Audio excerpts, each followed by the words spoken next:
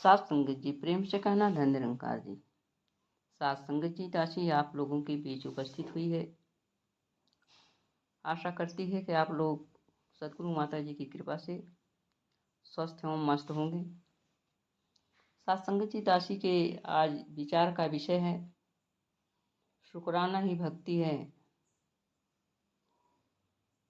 संतों ने कहा है शुक्र किए जा शुक्र किए जा, शुक्राना ही भक्ति है। गीले शिकवे लब पर न लाना ही भक्ति है। अर्थात हर पल हमें सदगुरु को शुक्राना करना है। भक्ति यह इसलिए है कि जब हम प्रभु का एहसास करेंगे तभी शुक्राना निकलेगा। सत्संग जी, इस मालिक का पल पल शुक्राना हमें अहम भाव से बचाता है, क्योंकि जब हमारे अंदर नम्रता होगा, झुकाव होगा, दासता होगी, तभी हम शुक्राना करेंगे, तभी हमारे अंदर से शुक्राना आएगा। अपने को हम जीरो समझेंगे। जो कुछ मिला है मालिक से मिला है, मेरे अंदर तो कोई भी लियाकत नहीं है तथा अहम का भाव आ नहीं सकता है। साष्टांग जी, शरीर से लेकर जो भी दृश्य अदृश्य वस्तुएं हैं सब परमात्मा की कृपा से मिली है। इस संसार में सभी लोग 33 करोड़ देवता मानते हैं या बताते हैं। देवता का अर्थ है जो निरंतर हमें दे, वही देवता है।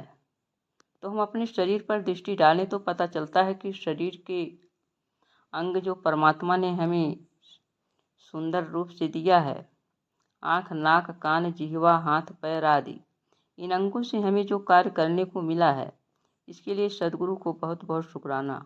सदगुरु का बहुत बहुत धन्यवाद। दातार, तूने ये आँखें दी हैं जिससे तेरा दर्शन एवं साथ संगत का दर्शन कर पाते हैं। ना देते तो क्या करते। कान दिए हैं जिससे सुंदर सुंदर भजन एवं विचार हम सुन पा रहे हैं, इसके लिए तुझे हर श्वास शुक्राना। यदि आप ये नहीं दिए होते तो क्या करते। आदि आदि साध संगत। सृष्टि में और भी तमाम सारी चीज़ें, हवा, पानी, अग्नि, पेड़ पौधे आदि से हम आनंद को प्राप्त करते हैं। आदि ये सब हमारे लिए ही बने हैं।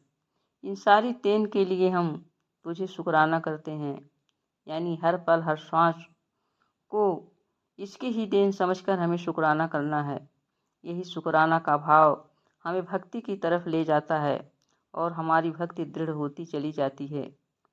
सत्संग जी, एक छोटा सा भाव दृष्टांत। एक राजा थे, उनके बगीचे में एक माली रहा करता था।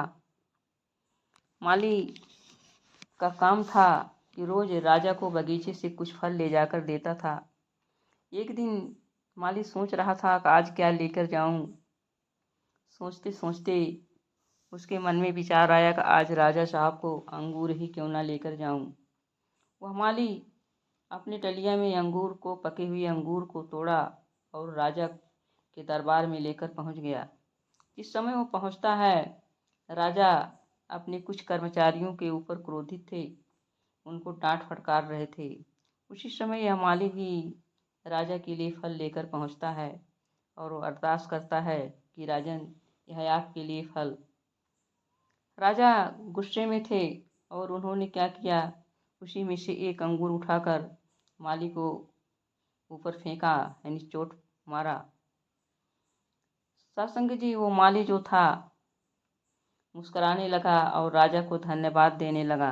राजा ने कहा, तुम क्यों धन्यवाद दे रहे हो, मैं तुम्हें मार रहा हूँ और मुस्कुरा भी रहे हो। माली ने कहा, राजन, धन्यवाद इसलिए दे रहा हूँ परमात्मा को कि अगर आज मैं इस अंगूर की जगह पर कोई बड़े फल लेकर आया होता, बेल लेकर आया होता, तो आप उसे भी फेंक कर हमारी तरफ मारते तो हमें कितनी चोटें आई होती।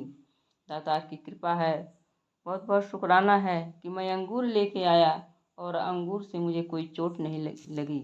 सत्संग जी, कहने का भाव है कि हमें हर पल इस परमात्मा की रजा में रह करके इनका शुक्राना करना है, क्योंकि जो चीज़ें समय पर होती हैं वो अच्छी ही होती हैं, क्योंकि ये परमात्मा जो करते हैं वो बहुत अच्छा ही करते हैं। इसलिए हमें हर पल हर श्वास शुक्राना ही करना है।